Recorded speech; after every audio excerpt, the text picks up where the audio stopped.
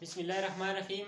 आज की इस वीडियो में हम डिस्कस कर रहे हैं कि देखिए हमारे साथ अगर इस तरह की कुछ मालूम हो कि देखिए सपोज़ हमारे साथ क्या है ये सपोज़ हमारे साथ मुख्तलिफ़ किस्म के मालूम तो आ सकते हैं, मगर सपोज़ मुख्तलिफ़ किस्म की जस्ट लाइक एक रायनोनाइट्रिल आ सकती हैं, विनाइल क्लोराइड आ सकता है, जिस तरह हम ऑलरेडी डिस्कस कर चुके हैं पिछले लेक्चर में।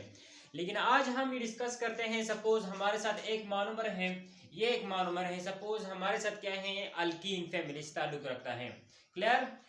और इसके बाद क्या है हमारे साथ ये भी ईथर है और एक क्या है फिनाइल दिखाई दे रही है। आप क्लियर है। अच्छा, ये दिया यहाँ पर क्या है अनसेचुरेशन है और साथ साथ यहाँ पर भी अनसेचुरेशन है। क्लियर। ये मोनोमर्स हम डिस्कस कर चुके हैं, लेकिन हम ये डिस्कस करते हैं कि हमें किस तरह पता चलेगा कि इसमें एनायनिक, केटायनिक या फिर फ्री रेडिकल पॉलीमराइजेशन इसमें होगी। Clear. So first of all हम इस तरफ आते हैं, फिर धीरे धीरे हम हर एक को डिस्कस करते हैं। सो फर्स्ट ऑफ ऑल हम ये डिस्कस करते हैं, यहाँ पर हम देखते हैं कि देखें अगर मैं इसे इस फॉर्म में लिखूं, देखें जब ये क्या बनाएगा, जब ये पॉलीमर बनाएगा तो क्या मैं इसे इस तरह लिख सकता हूं। देखें इस तरह लिख सकते हैं CH2 CH एंड इस तरह लिख सकते हैं। Clear. So first of all हम इसे सपोज एनायनिक पॉलीमराइजेशन के डिस्कस करते हैं, तो यहाँ पर नेगेटिव आएगा। क्लियर है। तो इसके बाद हम उसे केटायनिक के लिए डिस्कस करते हैं। केटायनिक के लिए स्ट्रक्चर किस तरह होगा, इस तरह होगा CH2 CH पॉजिटिव एंड यहाँ पर क्या आ जाएगा, फिनाइल ग्रुप आ जाएगा। क्लियर है। चलो एक और है, वो कौन सा है, सपोज यहाँ पर उसे हम फ्री रेडिकल के लिए डिस्कस करते हैं कि फ्री रेडिकल के लिए उसका स्ट्रक्चर क्या होगा। तो फ्री रेडिकल के लिए इसका स्ट्रक्चर कुछ यूं होगा CH2 CH, यहाँ पर रेडिकल आ जाएगा, यहाँ पर क्या आ जाएगा, फिनोल बेंजीन रिंग। क्लियर है। सो फर्स्ट ऑफ ऑल हम इसे इस तरफ आते हैं कि यहाँ पर मतलब एनायनिक पॉलीमराइजेशन के जरिए से यहाँ पर पॉलीमराइजेशन होगी या फिर नहीं होगी। तो आप लोग जानते हैं कि यहाँ पर बॉन्डिंग कुछ यूं होती है, कुछ इस तरह की बॉन्डिंग होती है बेंजीन में। तो देखें अगर हम देखें ये इलेक्ट्रॉन क्या इस तरफ आ सकते हैं। क्लियर। जब ये इलेक्ट्रॉन इस तरफ आ सकते हैं तो ये इलेक्ट्रॉन इस तरफ आ सकते हैं। क्लियर। ओके। जब ये इलेक्ट्रॉन इस तरफ आते हैं तो मतलब इसका एक रेजोनेंस स्ट्रक्चर बनता है। किस तरह का एक स्ट्रक्चर बनता है, देखें बन सकता है इस तरह का एक स्ट्रक्चर इसका बन सकता है। देखें यहां पर नेगेटिव आ जाएगा, यहां पर इसका मतलब ये है कि इस नेगेटिव चार्ज को इसी फिनाइल बेंजीन रिंग से स्टेबिलिटी हासिल होती है। इसका मतलब ये है कि इस तरह का जो मोनोमर हो उसमें एन आयनिक पॉलीमराइजेशन पॉसिबल है। एन आयनिक पॉलीमराइजेशन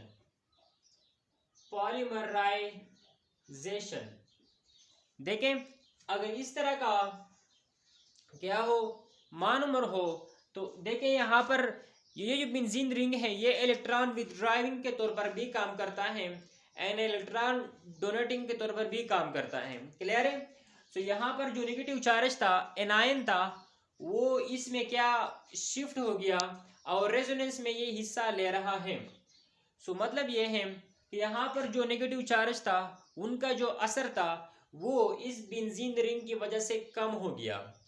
कम होने का क्या मतलब है कि कहते हैं कि चार्ज इज बेड, यहाँ पर जो चार्ज था अब वो रिंग में चला गया।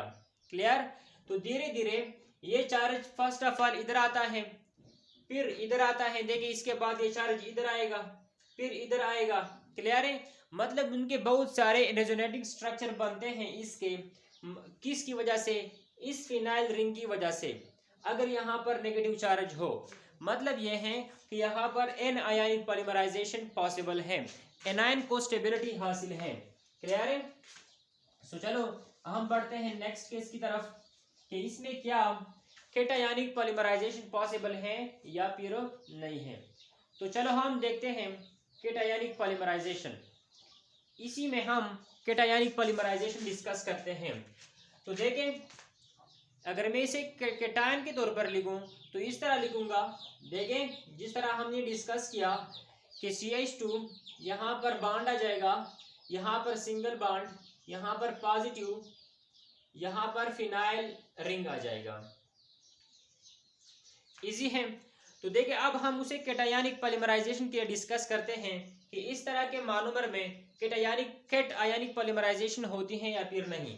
तो अब देखते हैं कि देखें, यहाँ पर हम कहते हैं कि ये जो बेंजीन रिंग है इलेक्ट्रॉन डोनेटिंग के तौर पर काम करता है और इलेक्ट्रॉन विथड्रॉइंग के तौर पर काम करता है।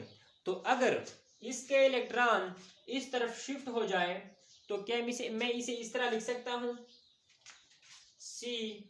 CH2 CH डबल बॉन्ड, इस तरह क्या मैं इसे इस तरह लिख सकता हूँ? लिख सकते हैं ना। सो इसका मतलब ये है कि इस तरह का जो मोनोमर हो वो कैट आयनिक पॉलीमराइजेशन के तौर पर पॉलीमर बना सकता है। कैट आयनिक पॉलीमराइजेशन इसमें हो सकती है इस तरह के पॉलीमर में, मोनोमर में। क्लियर? इस तरह का मोनोमर बतौर कैटायनिक पॉलीमराइजेशन अरेंज होकर एक लंबा चेन बना सकता है थ्रू कैटायनिक पॉलीमराइजेशन। क्लियर? क्योंकि यहाँ पर जो रिंग है वो इस पॉजिटिव चार्ज को स्टेबिलिटी दे रही है। क्लियर है? अगर मैं इसे रेडिकल के लिए, फ्री रेडिकल के लिए चेक कर लूँ तो इस तरह होगा कुछ। देखिए कि ये डबल बॉन्ड हम इसे खत्म करेंगे। पॉलीमराइजेशन का तरीका कुछ यूं है, अगर नहीं जानते आप लोग तो हमारी पिछली वीडियो देख सकते हैं। तो यहाँ पर सिंगल बॉन्ड आ जाएगा, यहाँ पर रेडिकल आ जाएगा। क्लियर है? तो क्या ये रेडिकल, इस रेडिकल को इस फिनाइल यानी बेंजीन रिंग से स्टेबिलिटी हासिल होती है या फिर नहीं? तो देखते हैं। देखें, इसका अदर रेजोनेटिंग स्ट्रक्चर कुछ यूं होगा कि CH2 and CH double bond, इस तरह का कुछ स्ट्रक्चर होगा इसका। क्लियर है? इसका मतलब ये है कि ये रेडिकल अब रिंग में आ गया, अब रिंग में रेजोनेंस के बाद ऊपर फिर जाएगा। इसका मतलब ये है कि इस रेडिकल को स्टेबिलिटी हासिल होती है इस बेंजीन रिंग की वजह से। इसका मतलब ये है कि इस तरह का जो क्या होगा, मोनोमर होगा, उसमें anionic, cationic and free radical polymerisation होती है। क्लियर है? तो अब हम इस तरफ आते हैं। तो देखें, अब हम डिस्कस करते हैं इस तरह का कुछ मोनोमर। अगर मोनोमर कुछ यूं है तो उसमें किस तरह की पॉलीमराइजेशन पॉसिबल हो सकती है। तो आप लोग जानते हैं कि यहाँ पर जो OR है, जो ईथर ग्रुप है, जस्ट लाइक, या अल्काक्सी ग्रुप। देखें, ये हमारे से सपोज क्या है, अगर ये क्या है, अल्काक्सी ग्रुप है। क्लियर है? तो ये अल्काक्सी ग्रुप किसके तौर पर काम करता है? इलेक्ट्रॉन डोनेटिंग के तौर पर काम करता है। किसके लिए? एज अ इलेक्ट्रॉन डोनेटिंग के तौर पर वो काम कर सकता है। तो देखें, अगर मैं उसे फर्स्ट ऑफ ऑल हम लिखते हैं उसे anionic, cationic and free radical के लिए। तो देखते हैं, फर्स्ट ऑफ ऑल मैं इसे लिखता हूं सपोज एनायनिक के लिए। तो यहाँ पर CH2, यहाँ पर CH, यहाँ पर OR। फर्स्ट ऑफ ऑल चलो हम इसे एनायनिक के तौर पर लिखते हैं। इसके बाद मैं इसे लिखता हूँ कैटायनिक के तौर पर कि ये क्या कैटायनिक पॉलीमराइजेशन इसमें हो सकती है या फिर नहीं। और इसके बाद मैं इसे लिखता हूँ फ्री रेडिकल के तौर पर। ओके, तो चलो देखते हैं। यहाँ पर जो अल्काक्सी ग्रुप है, जो जस्ट लाइक ईथर जो ग्रुप है, वो इलेक्ट्रॉन डोनेटिंग के तौर पर काम करता है। किसके तौर पर? As a electron donating group. तो क्या होती है, जब ये इलेक्ट्रॉन डोनेट करेगा, देखें, जब ये इलेक्ट्रॉन डोनेट करेगा तो डोनेशन का नुकसान यही होगा कि यहाँ पर ऑलरेडी इलेक्ट्रॉन्स हैं। क्लियर है? ये इलेक्ट्रॉन डोनेटिंग है और यहाँ पर इलेक्ट्रॉन ऑलरेडी हैं। तो इसका मतलब ये है कि इस नेगेटिव चार्ज को इसी OR से स्टेबिलिटी हासिल नहीं होती। इसी नेगेटिव चार्ज को इसी OR की वजह से इलेक्ट्रॉन उसको स्टेबिलिटी हासिल नहीं होती। स्टेबिलिटी तो इस नेगेटिव को तब हासिल होती है जब ये नेगेटिव किसी इसी रिंग में आ जाए, इसी ग्रुप में आ जाए, लेकिन ये तो ग्रुप में नहीं आते। इसका मकसद ये है अगर यहाँ पर कोई इलेक्ट्रॉन विथड्रॉविंग ग्रुप था, इलेक्ट्रॉन खींचने वाला ग्रुप था, तो इस नेगेटिव को स्टेबिलिटी हासिल होती थी। लेकिन ये इलेक्ट्रॉन डोनेटिंग ग्रुप है, इसे इलेक्ट्रॉन नहीं चाहिए, तो ये दोबारा इसके इलेक्ट्रॉन देगा। क्लियर है? इसका मकसद ये है कि इसमें एन आयनिक पॉलीमराइजेशन के चांसेस बहुत कम है। क्लियर है? फिर से देखें, ये ग्रुप जो होता है, ये सब्स्टिट्यूएंट ये इलेक्ट्रॉन डोनेटिंग के तौर पर काम करता है, और यहाँ पर ऑलरेडी इलेक्ट्रॉन एक्सेस में है, तो ये इलेक्ट्रॉन देता है, वो ऑलरेडी वहाँ पर एक्सेस में है, तो अनस्टेबल बन जाता है, उनको स्टेबिलिटी हासिल नहीं होती। सो इस तरह मतलब ये है कि इस तरह का जो मोनोमर है उसमें एन आयनिक पॉलीमराइजेशन जो होती है, उनमें जो एन आयनिक पॉलीमराइजेशन होती है उनके चांसेस बहुत कम होते हैं। क्लियर है? इसके बाद हम ये डिस्कस करते हैं ये डिस्कस करते हैं कि क्या इसमें पॉसिबल है या फिर नहीं है। हम देखते हैं कि ये इलेक्ट्रॉन डोनेटिंग ग्रुप है और यहाँ पर इलेक्ट्रॉन की ज़रूरत है। क्लियर है? सो इसका मतलब ये है कि ये इसको स्टेबिलिटी दे सकता है, ये इसको स्टेबिलिटी दे सकता है, क्योंकि यहाँ पर इलेक्ट्रॉनों की ज़रूरत है और ये इलेक्ट्रॉन डोनर है, तो बस बात बन गई। Electron donating and electron accepting एक पेयर बना लेती हैं। मतलब ये है कि इसको स्टेबिलिटी हासिल होती है। कहने का मतलब ये है कि यहाँ पर इलेक्ट्रॉन एक्सेस में थे, ये भी इलेक्ट्रॉन दे रहे थे, अनस्टेबल हो गया। यहाँ पर इलेक्ट्रॉन की ज़रूरत है, ये इलेक्ट्रॉन दे रहा है, स्टेबिलिटी आती है। मतलब इस तरीके से पॉलीमराइजेशन होती है। यहाँ पर आए, इनके चांसेस भी क्या है, फ्री रेडिकल पॉलीमराइजेशन वहाँ पर अच्छी तरह होती है जहाँ पर ये सब्स्टिट्यूएंट इलेक्ट्रॉन विथड्रॉइंग होता है। इसमें भी पॉलीमराइजेशन हो सकती है फ्री रेडिकल की, लेकिन नेग्लिजिबल है। क्लियर? बेस्ट ये है। क्लियर है? अच्छा, चलो अब हम आते हैं इस तरफ, एक और मिसाल की तरफ। देखें, उसको हम यहाँ डिस्कस करते हैं। देखिए, जो बेसिक रोल है पॉलीमराइजेशन में, जो बेसिक रोल है वो किस चीज़ का है, वो है सब्स्टिट्यूएंट का, कि किस तरह का सब्स्टिट्यूएंट वो अटैच है। इधर देखें, इसी में एनायनिक कैटायनिक बोथ के लिए लिख सकता हूँ। क्लियर है? तो देखें, फर्स्ट ऑफ ऑल क्या मैं इस स्ट्रक्चर को इस तरह लिख सकता हूँ। देखें, CH2 यहाँ पर आई, फर्स्ट ऑफ ऑल यहाँ पर पॉजिटिव आया। पॉजिटिव के लिए फर्स्ट ऑफ ऑल उसे हम कैटायनिक के लिए डिस्कस करते हैं। यहाँ पर CH डबल बॉन्ड CH, यहाँ पर सपोज फिर से एक कार्बन लगाते हैं, कार्बन लगाया, फिर CH, फिर CH2, फिर फिनाइल। ओके, बाकी हाइड्रोजन वैलेंस से खुद पूर कर लें। अब यहाँ पर आए, देखें, यहाँ पर CH2, CH negative, CH double bond CH, इसके बाद CH2, okay, CH and CH2 and also, okay.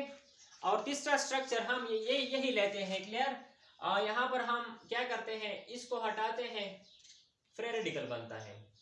तो अब हम देखते हैं कि कौन सा पॉलीमराइजेशन यहाँ पर पॉसिबल है। यहाँ पर देखें ये रेजोनेंस यहाँ पर पॉसिबल है।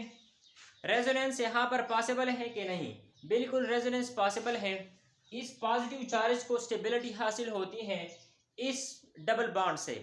क्लियर? तो क्या हो जाएगा रिजल्ट के तौर पर, ये डबल बॉन्ड उधर शिफ्ट हो जाएगा। तो क्या मैं इस तरह लिख सकता हूँ कि इस तरह आ जाएगा।